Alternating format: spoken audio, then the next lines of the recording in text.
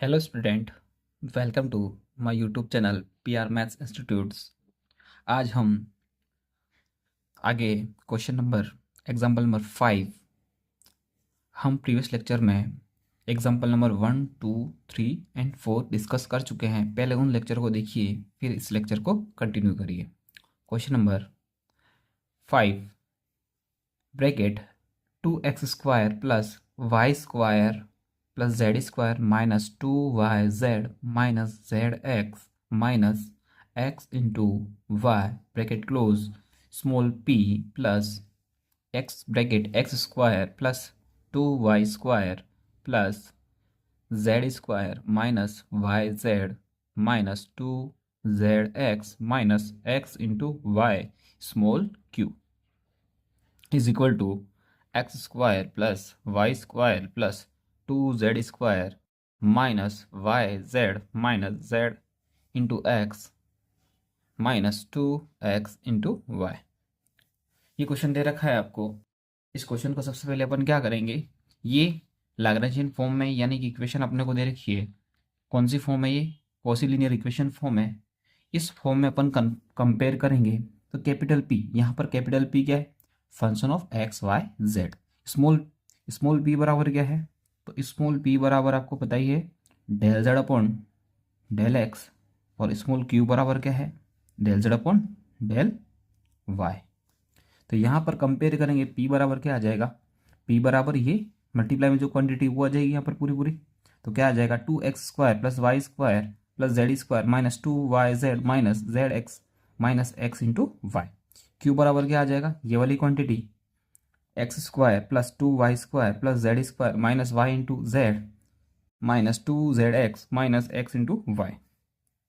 Are बराबर क्या हो जाएगा? ये कंपेयर करो, ये आर ये रहा। R is equal to x² plus y square plus 2z square minus y into z plus minus z x minus 2xy। अब अपन लाग्रांजियन ऑक्सिलरी इक्वेशंस, ये सहायक समीकरण बोलते हैं इसको, इसका यूज करेंगे। जहां पर p है, dx के नीचे p आ जाएगा, dy के नीचे q आ जाएगा और dz के नीचे r आ जाएगा। तो अपन ने यहाँ पे राइट डाउन कर लिया है। अब अपन देखें, यहाँ पर सीधा इंटीग्रेशन करना चाहे तो नहीं हो पाएगा।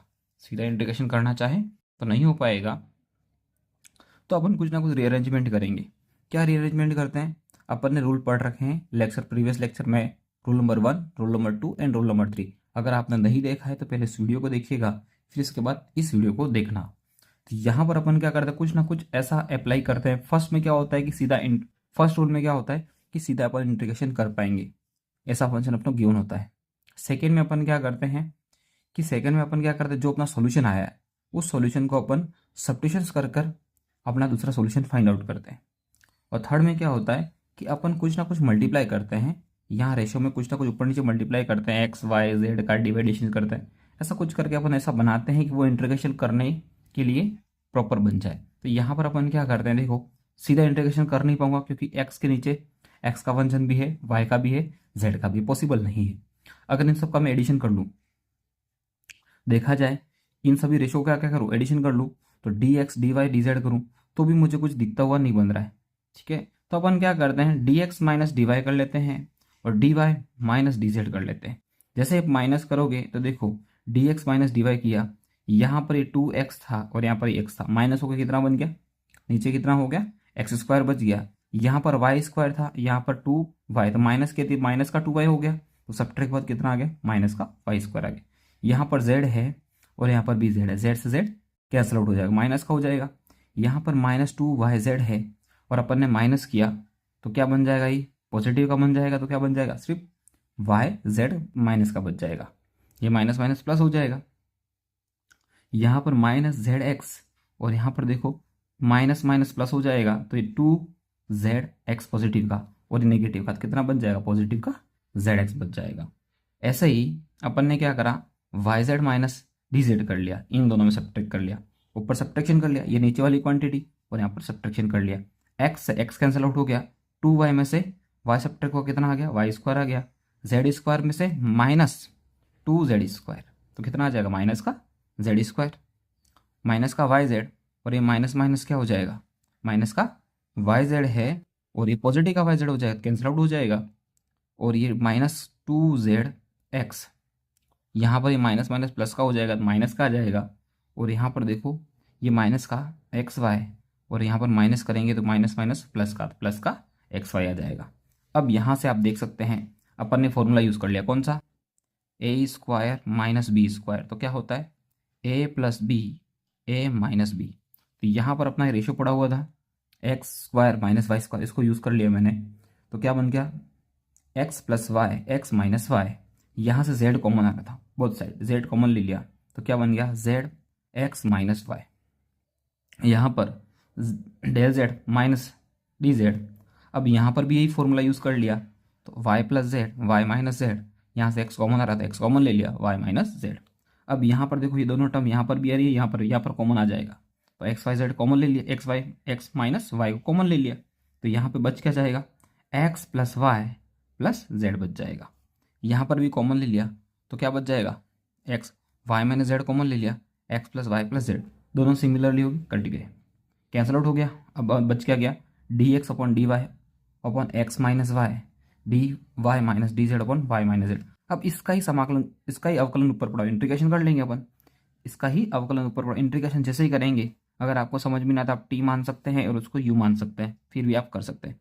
अब इतने क्वेश्चन करने के बाद अपन ऐसा अज्यूम करता हूँ कि आपको समझ में आ गया है, आपको समझ में आ गया, इसलिए मैं यहाँ से सीधा ही कर रहा हूँ, क्योंकि मैं आगे क्वेश्चन में पूरी प्रोसेस बता चुका हूँ। ठीक है, हर क्वेश्चन में अपन ऐसा करना चाहेंगे तो क्वेश्चन बहुत ही लेंदी हो जाएगा और एग्जाम में भी ऐसे अटेम्प्ट नहीं किया जा सकता है।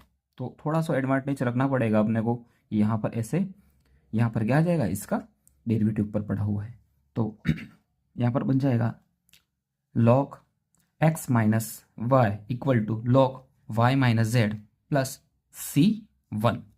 अब अपन यहाँ पर क्या करेंगे, लॉग की प्रॉपर्टी वही बाई टीपी करके ले आएंगे, तो ये लॉग की प्रॉपर्टी यूज हो जाएगी, बराबर हो जाएगा log m/n। इसको बाई टीपी करके इधर ले आए तो log x - y - log y - z = log c1। अब ये प्रॉपर्टी यूज हो जाएगी तो क्या आ जाएगा, log माइनस में हो गया, तो log x - y/y - z कैसे आ गया, एक टर्म मैंने एक स्टेप को कम कर, इसको बाई टीपी करके इधर लाओगे तो ये नेगेटिव का बन जाएगा। तो नेगेटिव का बनेगा तो ये प्रॉपर्टी लग जाएगी log m - n, m की जगह ये, n की जगह ये और n की जगह ये, तो m/n हो जाएगा। log से log कैंसिल हो, एक सोल्यूशन अपने को मिल गया, यहाँ से सोल्यूशन नंबर फर्स्ट मिल गया। अब अपन दूसरा सोल्यूशन फाइंड आउट करना चाहते हैं, तो अपन क्या करेंगे, जो अपना रेशो था उस रेशो में अपन क्या करेंगे, dz - dx करेंगे और dy - dz करेंगे। पहले अपन ने क्या करा था, पहले अपन ने करा था dx - dy करा था और dy - dz करा था। यहाँ आप dz - dx कर लिया और dy - dz कर लिया। फर्दर ऐसे सोल्व करने पर नीचे क्या बच जाएगा, z² - x² plus y × z minus x × y। यहाँ पर क्या बच गया, dy - dz/y² minus z² minus zx plus x × y। अब यहाँ पर वही अपन ने यूज़ करा था, वही फॉर्मूला a² - b² वाला, a + b और a - b। तो यहाँ पर ये फॉर्मूला लग जाएगा, तो z + x, z - x, यहाँ पर आ जाएगा y + z, y - z। Further ये सेम पीछे वाला, यहाँ पर कॉमन क्या आ रहा है y, तो y कॉमन ले लिया, यहाँ पर क्या कॉमन आ रहा है x, तो x कॉमन ले लिया। अब यहाँ पर z - x यहाँ पर भी है और यहाँ पर भी है, कॉमन आ जाएगा, तो क्या बन जाएगा x + y + z। यहाँ पर ये दोनों कॉमन है तो कॉमन आ जाएगा, क्या बच जाएगा x + y + z, ये कैंसिल आउट हो जाएगा। अब देखो इसका इंटीग्रेशन ऊपर पड़ा हुआ है, ये देखो सॉरी अवकलन ऊपर पड़ा हुआ है और इसका ही अवकलन ऊपर पड़ा हुआ है, तो अपन इंटीग्रेशन कर लेंगे समाकलन करने पर, समाकल करने पर जैसे समाकलन करेंगे अपन, समाकलन करेंगे तो क्या बन जाएगा, log z - x log y - z plus c2। अब बाई टीपी करके इसे लाएंगे तो वो प्रॉपर्टी लग जाएगी जैसे अपन ने आगे वाले मैं आपको समझा चुका हूँ सॉल्यूशन में। तो log z - x अपन y - z = log c2। log से log कैंसिल हो जाएगा तो क्या आ जाएगा, log c2। अब सॉल्यूशन अपना क्या बन जाएगा, ये c1 c2, c1 की जगह क्या आ जाएगा, x - y अपन y - z, c2 की जगह क्या आ जाएगा, z - x अपन y - z। तो एक सॉल्यूशन हो गया। Next question number 6, example number 6। अपने क्वेश्चन दे रखा है y² + z² minus x square into p minus 2x into y q plus 2xz equal to 0। अब अपन क्या करेंगे, इसको इक्वेशन नंबर अपने को किससे कंपेयर करना पड़ेगा, इसको कंपेयर करना पड़ेगा इससे, स्मॉल क्यू आर। अब इस क्वांटिटी को बाई टी पी करके उधर ले जाएंगे अपन, तो इस क्वांटिटी को बाई बाई टी पी करके उधर ले जाएंगे तो क्या बन जाएगा, y square plus z square, क्योंकि अपने को ऐसा ही बनाना है तो यहाँ से आ जाएगा 2xy small Q minus 2z। अब कंपेयर करेंगे अपन, अब कंपेयर कर लेंगे इस इक्वेशन से इक्वेशन नंबर स्टार का। तो कंपेयर जैसे ही करेंगे तो क्या बन जाएगा, देखो p की जगह तो ये पूरा आ गया, q की जगह माइनस, क्योंकि फॉर्मूला में तो क्या है अपना जो इक्वेशन है उसमें तो प्लस होता है, यहाँ पर क्या आ जाएगा -2xy, r की जगह कितना आ गया -2xz। अब लाग्रांज सहायक समीकरण से dx upon p dy upon q equal to dz upon r, value put up कर देंगे पी क्यू आर की। अब अपन क्या करते हैं, इन दोनों को ले लेते हैं, क्योंकि यहाँ से मुझे सीधा इंटीग्रेशन कर पा रहा हूँ। यहाँ पे देखो कैंसिल हो जाएगा, x कैंसिल हो जाएगा, 2x कैंसिल हो जाएगा, y के नीचे y का फंक्शन रहेगा, z के नीचे z का रहेगा, तो अपन इंटीग्रेशन कर पाएंगे। तो इजीली देखो यहाँ पर सोल्व कर लिया तो क्या बन गया, -2 से -2 कैंसिल आउट हो गया, dy अपॉन एक्स बचा और dy अपॉन जेड बचा, dz अपॉन जेड बचा। इंटीग्रेशन करा तो log y equal to log z plus log c1, by T P कर दिया इसको, फर्दर एक step minus log z log c1, अपने प्रॉपर्टी यूज कर ली, कौन सी, log m minus log n is equal to log m upon n। तो ये प्रॉपर्टी फॉलो कर ली अपन ने, यहाँ पर ये प्रॉपर्टी फॉलो कर ली तो कितना आ जाएगा, log y इसको बाई टी पी करके ले आया तो कितना बन गया, log z equal to log c1, और log m अपॉन n वाली प्रॉपर्टी लग गई तो log y upon z equal to c। अब log से log कैंसिल हो गया तो y upon z is equal to c। दूसरे सोल्यूशन के लिए अब अपन क्या करेंगे, दूसरे सोल्यूशन के लिए एक्स वाई जेड का गुणक लेने पर, यानी कि इसमें भी एक्स का मल्टीप्लाई करेंगे, इसमें वाई का मल्टीप्लाई करेंगे, इसको जेड का मल्टीप्लाई करेंगे। तो मल्टीप्लाई कर लेते हैं, देखो इधर एक्स अपॉन एक्स का मल्टीप्लाई करेंगे, डी एक्स बन गया ऊपर, डी वाई बन गया और डी जेड बन गया। अब यहाँ पर क्या बन जाएगा, x into y square plus x into z square, और यहाँ पर क्या बन जाएगा एक्स, ठीक है, x cube, x plus y into x, ठीक है। तो यहाँ पर क्या हो जाएगा, एक्स स्क्वायर वाई, और यहाँ पर भी क्या बन जाएगा, वाई स्क्वायर एक्स, और यहाँ पर जेड स्क्वायर एक्स। अब यहाँ से देखें अपन, अब इन सब का एडिशंस करेंगे अपन, तो यहाँ से ये वाई स्क्वायर एक्स और ये 2 था तो कितना बच जाएगा, एक्स इंटू वाई माइनस का बच जाएगा। यहाँ पर ये एक्स जेड स्क्वायर और ये कितना बन जाएगा, माइनस का 2x जेड स्क्वायर, तो माइनस का बच जाएगा क्या, जेड एक्स जेड स्क्वायर, और यहाँ पर क्या बच जाएगा, माइनस का एक्स क्यूब। अब यहाँ से माइनस कॉमन, एक्स सब में कॉमन आ रहा होगा, एक्स सब में कॉमन आ रहा है, तो एक्स सब में कॉमन आ रहा है तो अपन क्या निकाल देंगे। अगर आपको समझ भी नहीं आए तो स्टेप में करके बता देता हूँ। यहाँ पर x upon x plus y upon d y plus z upon d z, इसमें एक्स का मल्टीप्लाई करा तो क्या बन जाएगा, x into y square x into z square, और ये बन जाएगा एक्स क्यूब। यहाँ पर minus x into y square minus ये हो गया एक्स इंटू जेड स्क्वायर। मैं सिर्फ इस टर्म को सोल्व कर रहा हूँ, ठीक है। आगे सिमिलरली ये सब तो सेम इक्वल में ही है।